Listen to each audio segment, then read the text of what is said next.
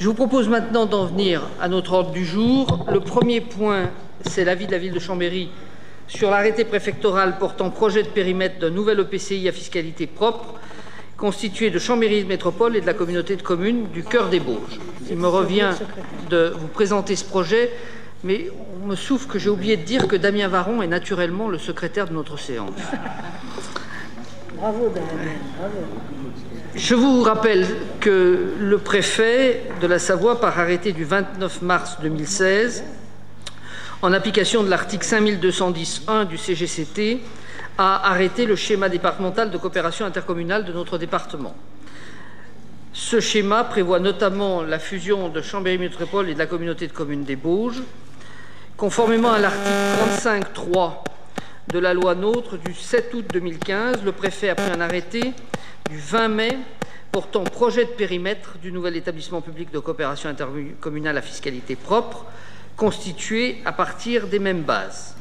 Ce projet de périmètre est soumis à l'avis des deux conseils communautaires des deux EPCI, qui disposent d'un délai de 75 jours pour se prononcer. Et le préfet a également saisi chacun des maires des 39 communes concernées dans le projet de périmètre afin de recueillir l'accord dans un délai de 75 jours. Le conseil communautaire de Chambéry Métropole, qui était réuni au mois de novembre 2015, avait été appelé à formuler un avis. Cet avis, nous l'avions nous-mêmes repris au sein du conseil municipal de Chambéry.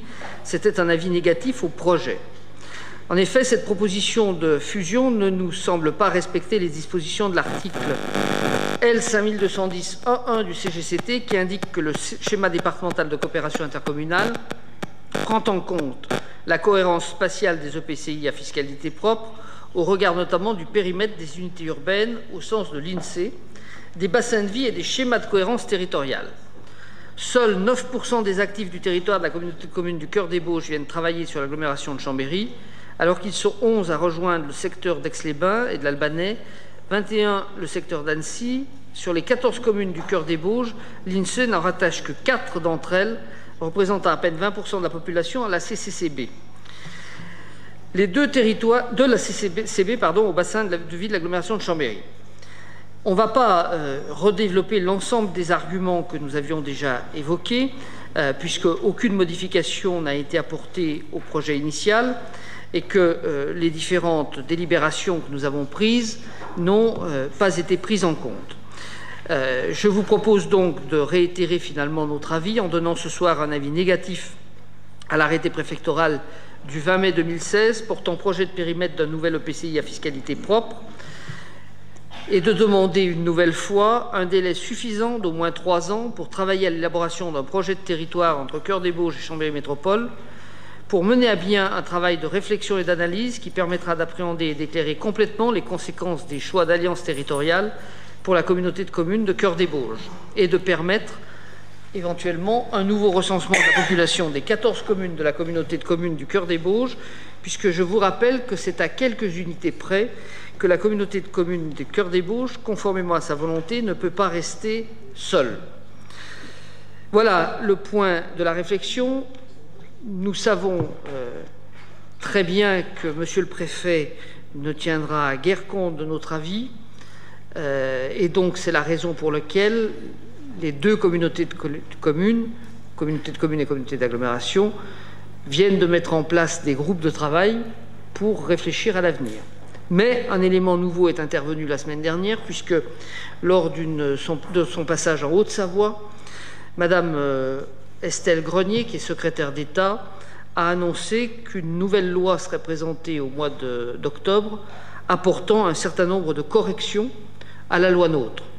Sans en donner plus de détails, nous aurons sans doute l'occasion de découvrir dans les semaines qui viennent ce que sont les projets d'ajustement du gouvernement en la matière.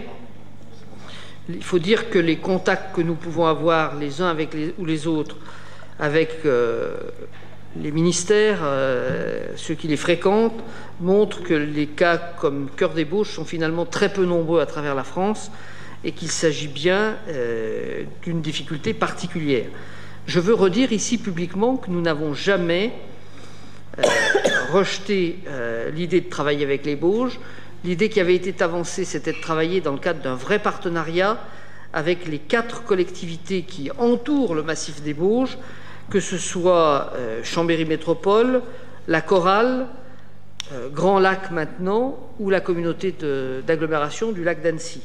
Cette proposition avait d'ailleurs retenu l'attention des maires des Bauges. Bon, je réitère cette offre de travail puisque le futur nous donnera peut-être un jour raison. Voilà, y a-t-il des demandes de parole? Je n'en vois pas. Madame Laclais. Oui, merci Monsieur le maire. Vous nous invitez par cette délibération à réitérer l'avis que vous avez exprimé il y a quelques semaines, que ce soit au niveau du conseil municipal ou au niveau du conseil communautaire. Donc je serais tentée de dire que nous réitérerons notre vote et de la même manière que vous l'avez proposé, nous ne rentrerons pas dans un débat très long puisque chacun a eu l'occasion d'exprimer sa position. Mais de la même manière que vous avez insisté sur le fait que le fait d'exprimer cette position n'était pas un rejet d'un projet de coopération entre les territoires, je dirais que le fait que nous ne votions pas cette délibération n'est en aucune manière une volonté de ne pas respecter les choix qui pourraient être exprimés par les uns ou par les autres. Mais chacun sait qu'il y a des lois de la République, et il se trouve qu'après un large débat qui s'est tenu à l'Assemblée, au Sénat, le texte est celui que nous connaissons et je n'y reviens pas. Donc, pour notre part, nous avions une première position qui n'a pas varié, c'est que nous souhaitons désormais que la discussion permette le travail en commun que vous nous dites avoir commencé.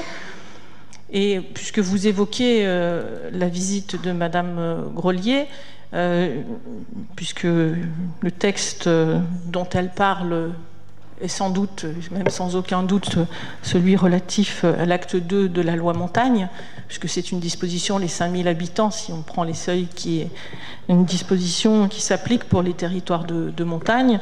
Je crois qu'il faut être extrêmement prudent sur ce qui pourrait sortir du débat à l'Assemblée comme au Sénat, même si les situations étant peu nombreuses au final, il est vrai qu'il pourrait peut-être y avoir quelque chose qui laisse un petit peu plus de marge de discussion au territoire concerné.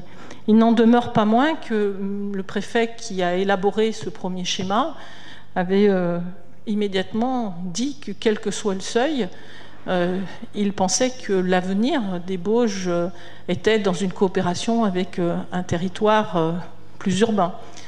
Donc je crois que la discussion néanmoins doit se poursuivre, que ce soit d'ailleurs avec Chambéry Métropole ou avec d'autres. Il est vrai qu'aujourd'hui, ce qui a primé dans la discussion, et vous le savez, c'est bien sûr le fait que désormais les Bauges sont avec l'ancien canton de Saint-Alban-de-Lez, lui-même rattaché avec l'agglomération, ce qui fait que d'un point de vue géographique, d'ailleurs comme d'un point de vue d'un certain nombre de services, ce territoire à des démarches administratives, scolaires, sanitaires qui se situent sur notre agglomération.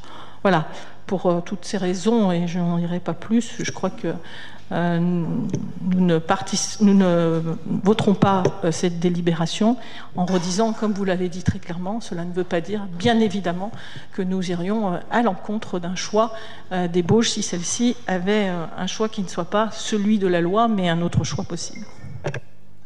Monsieur Fajot. Oui, je prends la parole parce que je n'ai pas tout à fait le même vote. J'exprimerai l'abstention comme je l'avais exprimé lors de la présentation. On avait délibéré sur le nouveau schéma départemental de coopération intercommunale pour deux raisons essentielles. La première, c'est que je suis bien évidemment, comme beaucoup d'entre nous, favorable à l'évolution de la carte intercommunale, car elle nécessite qu'elle bouge et qu'elle s'adapte. Mais cette carte intercommunale, les négociations doivent se poursuivre et il doit y avoir une période de concertation quand même plus approfondie. Et le deuxième aspect, je suis totalement défavorable au passage en force par le préfet. Je crois que ça nécessite de regarder les choses, même si c'est la loi, il doit y avoir une possibilité d'adapter en fonction du territoire et de suivre aussi ou de tenir compte et d'intégrer l'avis des élus des communes d'ébauche qui ont délibéré encore récemment, je crois, sur 12 communes. Il y a 11 communes qui sont opposées, pas sur l'évolution, hein, parce que j'ai eu quelques contacts de la carte intercommunale, mais sur la méthode. Je crois que c'est ce qui justifie aujourd'hui mon abstention comme la fois dernière. Très bien, je soumets donc cette délibération aux voix. J'ai compris qu'il y avait une abstention. Y a-t-il des oppositions? 1, 2, 3, 4, 5, 6, 7, 8, 9 oppositions. Et la délibération est donc adoptée.